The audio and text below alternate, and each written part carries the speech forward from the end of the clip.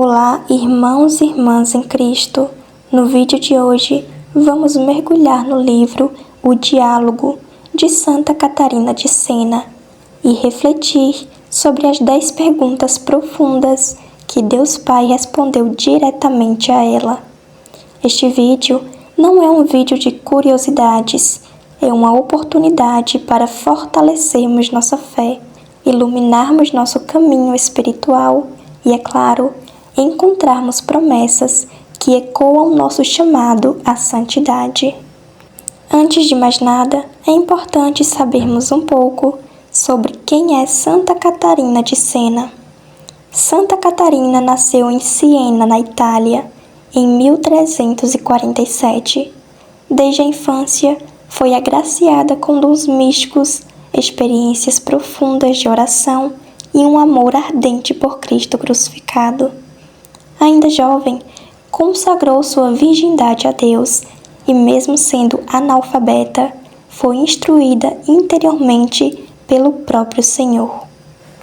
Ela é conhecida por ter entrado em êxtase inúmeras vezes, durante os quais dialogava diretamente com Deus Pai, como registrado em seu livro, O Diálogo da Divina Providência. Catarina não era uma freira de clausura, mas uma terciária dominicana, vivendo no mundo, mas como alma totalmente consagrada. O Papa Paulo VI a declarou doutora da Igreja em 1970, e o que mais impressiona é que Catarina não escreveu com a própria mão, ela ditava enquanto estava em êxtase, ou seja, não falava por si, mas como vaso eleito por Deus. Em seu livro, há uma revelação de Deus Pai escrito assim: Desde a infância, escolhi para mim os justos, e encontrei em Catarina uma chama viva da minha verdade. Ela foi enviada por Deus para corrigir reis, chamar o clero à conversão, trazer o Papa de volta de Avignon para Roma e guiar os fiéis à santidade. Sua autoridade espiritual não vinha do estudo, mas da intimidade com Deus. Está escrito em Lucas, capítulo 10, versículo 21. Escondestes essas coisas aos sábios e entendidos e as revelastes aos pequeninos. A vida de Santa Catarina nos mostra que Deus fala com os humildes, com os que desejam arder de amor por Ele. Deus Pai, em O Diálogo, mostra que Ele deseja profundamente comunicar-se com as almas, mas só se revela inteiramente àquelas que se esvaziam de si mesmas e se abrem à sua graça. Se queres me conhecer, deves me conhecer em ti e a ti em mim. Está escrito no livro de Santa Catarina. Escutar o Pai é entrar em oração silenciosa, profunda, confiada, onde a alma se torna capaz de ouvir a verdade eterna que transforma. Santa Catarina viveu exatamente isso. Está escrito em João, capítulo 8, versículo 47. Quem é de Deus, ouve as palavras de Deus. São Padre Pio disse: a oração é a chave que abre o coração de Deus. Além disso, o Catecismo da Igreja reforça essa dinâmica de escutativa. Está escrito no Catecismo da Igreja Católica, no parágrafo 2564. A oração cristã é uma relação de aliança entre Deus e o homem em Cristo. É a ação de Deus e do homem que brota do Espírito Santo e de nós, totalmente dirigida ao Pai. Santa Catarina ouviu o Pai porque tinha um coração moldado pela oração, pela penitência e pela caridade. Escutar a Deus exige pureza de intenção, silêncio interior e obediência fiel. Santa Catarina pergunta a Deus Pai: como a alma pode distinguir o bem do mal, a vontade divina da própria vontade? A resposta de Deus é profundamente bela. Está escrito no livro O Diálogo, capítulo 9.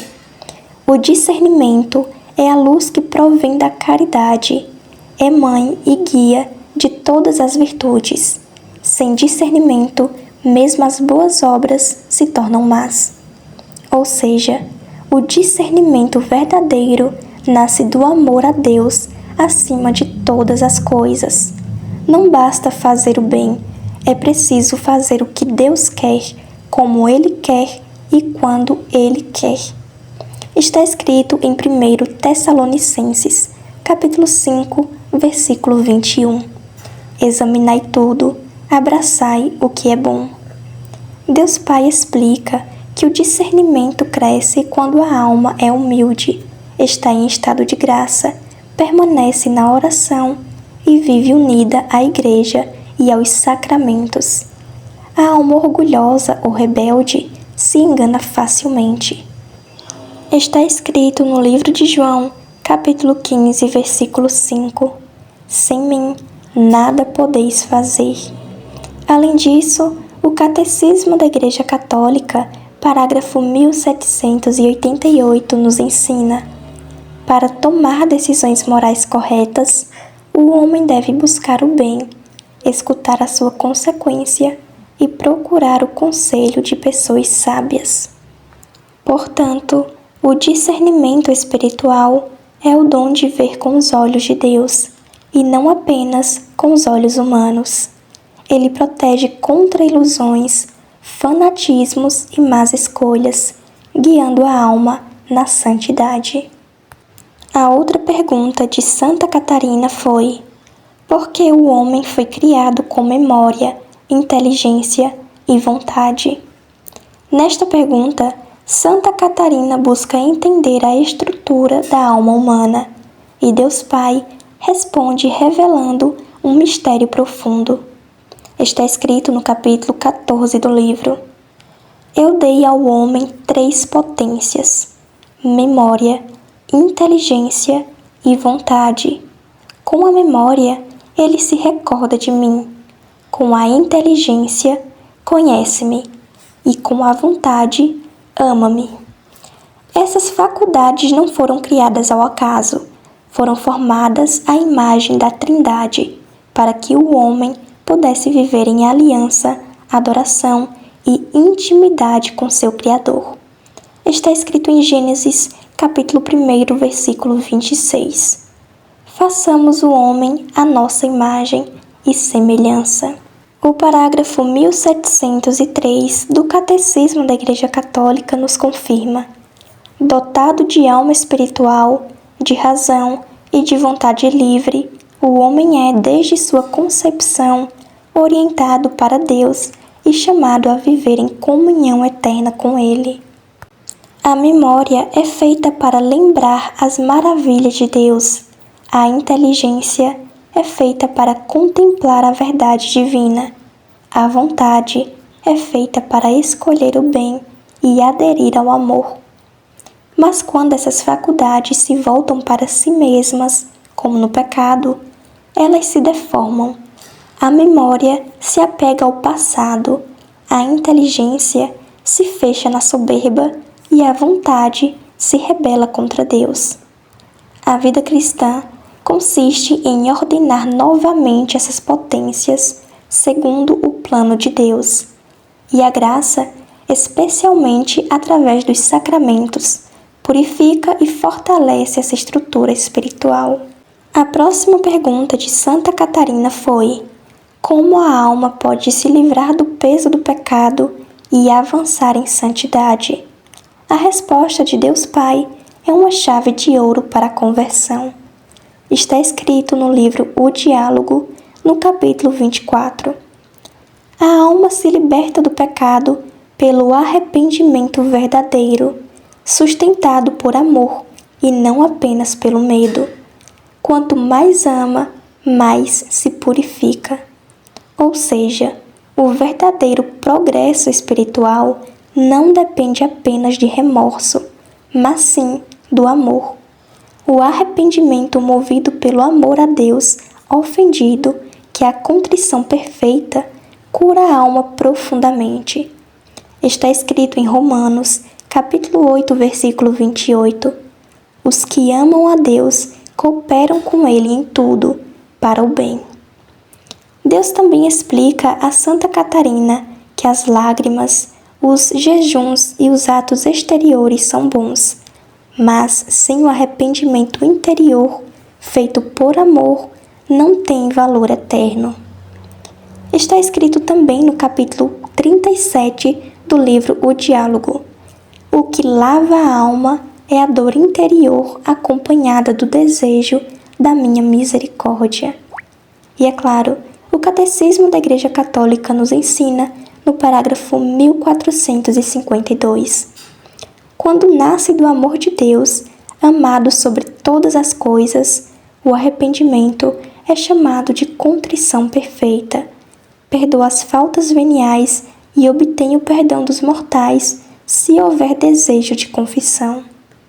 Assim, o caminho da libertação do pecado é reconhecer a culpa sem desculpas, amar a Deus sinceramente, pedir perdão com humildade, confessar-se regularmente e esforçar-se por crescer nas virtudes. Santa Catarina ouve do Pai Celeste que a alma caminha até Ele por 3 degraus espirituais, como uma escada. Ela perguntou: quais são os 3 degraus da alma do caminho da perfeição? Está escrito no capítulo 60 do livro O Diálogo. O primeiro degrau é o serviço por medo da pena. O segundo, o serviço por amor de si e do prêmio. O terceiro, o serviço por amor de mim. Esses 3 degraus representam os níveis de purificação e amadurecimento do amor cristão. O primeiro é o medo da pena, é o amor servil. É o estágio inicial, quando a alma evita o pecado por temor do inferno. Embora imperfeito, é útil, pois ao menos impede o mal. Está escrito em Provérbios, capítulo 1, versículo 7. O temor do Senhor é o princípio da sabedoria. O amor mercenário é o segundo degrau, que é o desejo de recompensa. Aqui, a alma faz o bem buscando o prêmio do céu, bênçãos e consolações. É um progresso, mas ainda está centrado no próprio interesse. Está escrito em Filipenses, capítulo 3, versículo 14. Corramos ao prêmio da vocação celeste. E o terceiro degrau é o puro amor a Deus, é o amor filial. É o degrau mais alto. A alma serve a Deus só porque Ele é digno de ser amado, sem interesse e sem medo. É a caridade perfeita. Está escrito em Deuteronômio, capítulo 6, versículo 5. Amarás o Senhor teu Deus de todo o teu coração, de toda a tua alma e com todas as tuas forças. O Catecismo também afirma que o amor verdadeiro busca Deus por si mesmo. No Catecismo da Igreja Católica, no parágrafo 1822 ao 1829, está escrito: a caridade é o vínculo da perfeição. Ela ama a Deus por Ele mesmo e ao próximo por amor de Deus. Deus convida a todos nós a subirmos esses degraus, até amarmos como os santos amam, com pureza, desapego e fidelidade. A próxima pergunta de Santa Catarina foi: o que torna uma oração agradável a Deus?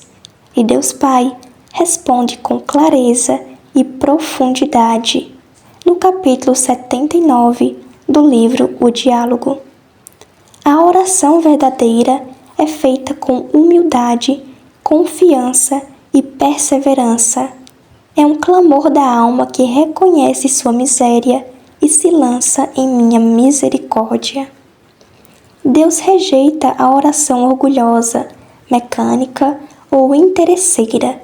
Ele quer uma oração viva, feita com fé, movida pelo desejo de conhecê-lo e amá-lo. Está escrito em Mateus, capítulo 15, versículo 8. Este povo me honra com os lábios, mas o seu coração está longe de mim. A oração verdadeira também deve ser perseverante, como ensina Jesus na parábola da viúva insistente, em Lucas, capítulo 18, versículo 1 ao 8. Deus deseja que lutemos em oração, que insistamos com humildade, que não desistamos diante do silêncio. Está escrito também no livro O Diálogo, no capítulo 81. A alma que ora com fé, ainda que não sinta consolo algum, faz uma oração mais meritória do que aquela que sente doçura. O Catecismo da Igreja Católica, no parágrafo 2559, afirma: a oração é a elevação da alma a Deus ou o pedido a Deus de bens convenientes, parte da humildade do homem e da grandeza da fé. Em resumo, a oração verdadeira reconhece nossa miséria, se lança na misericórdia divina, não busca só consolo, mas união com Deus, e persevera com confiança, mesmo na aridez. A próxima pergunta é como viver no mundo sem se corromper pelo pecado. Essa é uma das perguntas mais atuais e urgentes, mesmo séculos depois. Santa Catarina intercede por almas que estão imersas no mundo, envolvidas com negócios, prazeres, status, e pergunta: como podem essas almas salvar-se? Deus Pai responde com amor e firmeza, no capítulo 99. A alma deve estar no mundo como o peixe na água, envolta, mas sem ser absorvida. Deve usar as coisas do mundo com desapego e prudência, e não deixar que essas coisas a possuam. Deus nos criou para viver no mundo, mas não para o mundo. Está escrito em Romanos, capítulo 12, versículo 2. Não vos conformeis com este mundo, mas transformai-vos pela renovação do vosso espírito. A chave, segundo Deus, é a virtude da prudência, que nos faz agir segundo a reta razão iluminada pela fé. Com prudência e amor, mesmo quem vive em meio ao barulho do mundo pode alcançar a santidade, como fizeram tantos santos leigos, pais, mães, operários e estudantes. No capítulo 101 do livro O Diálogo está escrito: toda obra feita com reta intenção e com amor, mesmo varrer uma casa, é agradável aos meus olhos. O Catecismo da Igreja, no parágrafo 898, também nos ensina: é próprio dos leigos buscar o reino de Deus, ocupando-se das coisas temporais e ordenando-as segundo Deus. Ou seja, é possível viver no mundo sem se corromper, quando colocamos Deus em primeiro lugar, quando buscamos a santidade no ordinário e quando usamos os bens com desapego e retidão. A próxima pergunta de Santa Catarina é uma dúvida insistente em muitas pessoas. Por que Deus permite a existência do pecado e do mal? Ela perguntou: se és todo-poderoso e todo-bondoso, por que permites o pecado? A resposta é uma das mais profundas revelações espirituais do livro. Está escrito no capítulo 116. Permito o pecado, não porque eu queira, mas porque sou tão poderoso que sei tirar do mal um bem maior. O pecado mostra ao homem sua fraqueza e o convida a lançar-se na minha misericórdia.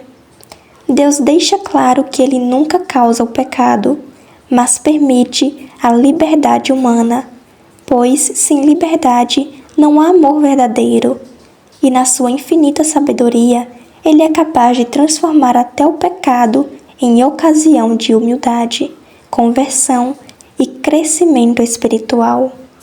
Está escrito em Romanos, capítulo 8, versículo 28. Tudo concorre para o bem daqueles que amam a Deus. O pecado nos mostra quem somos sem Deus, e esse confronto com a nossa miséria pode nos levar ao arrependimento, ao pedido de perdão e à confiança total na graça. Por isso, Deus diz a Catarina que até o pecado, se for seguido de verdadeira contrição, pode tornar-se um caminho para a salvação. Está também escrito no livro O Diálogo, no capítulo 117. A alma que conheceu seu pecado e minha misericórdia se torna mais grata e mais fiel que antes. O Catecismo da Igreja Católica afirma no parágrafo 412: Deus permitiu o pecado para dele tirar um bem maior, a manifestação da sua misericórdia e da redenção por Cristo. Deus não deseja o mal, mas permite que ele ocorra para manifestar sua misericórdia, revelar a necessidade que temos dele e, é claro, nos conduzir à salvação.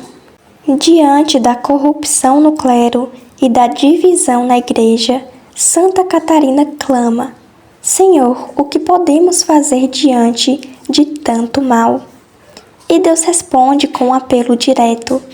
No capítulo 124 está escrito: Quero que sejas uma coluna viva da Igreja, sustentada pelo amor e pela verdade.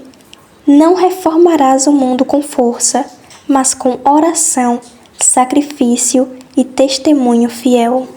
Essa é a verdadeira missão do cristão: viver com integridade e caridade, começando por si mesmo. Deus ensina a Catarina que o coração convertido atrai conversões ao redor. A santidade pessoal é o começo da reforma da Igreja. Está escrito em Filipenses, capítulo 1, versículo 27. Seja a vossa vida digna do Evangelho de Cristo. Deus também fala da importância da oração pelos sacerdotes, da intercessão constante e da disposição de sofrer por amor à Igreja. Santa Catarina levou isso tão a sério que chegou a confrontar papas, sempre com amor e obediência. O Catecismo da Igreja Católica nos lembra no parágrafo 2044: a fidelidade dos leigos ao ensinamento da Igreja e à vida cristã contribui para a edificação da Igreja e a salvação do mundo.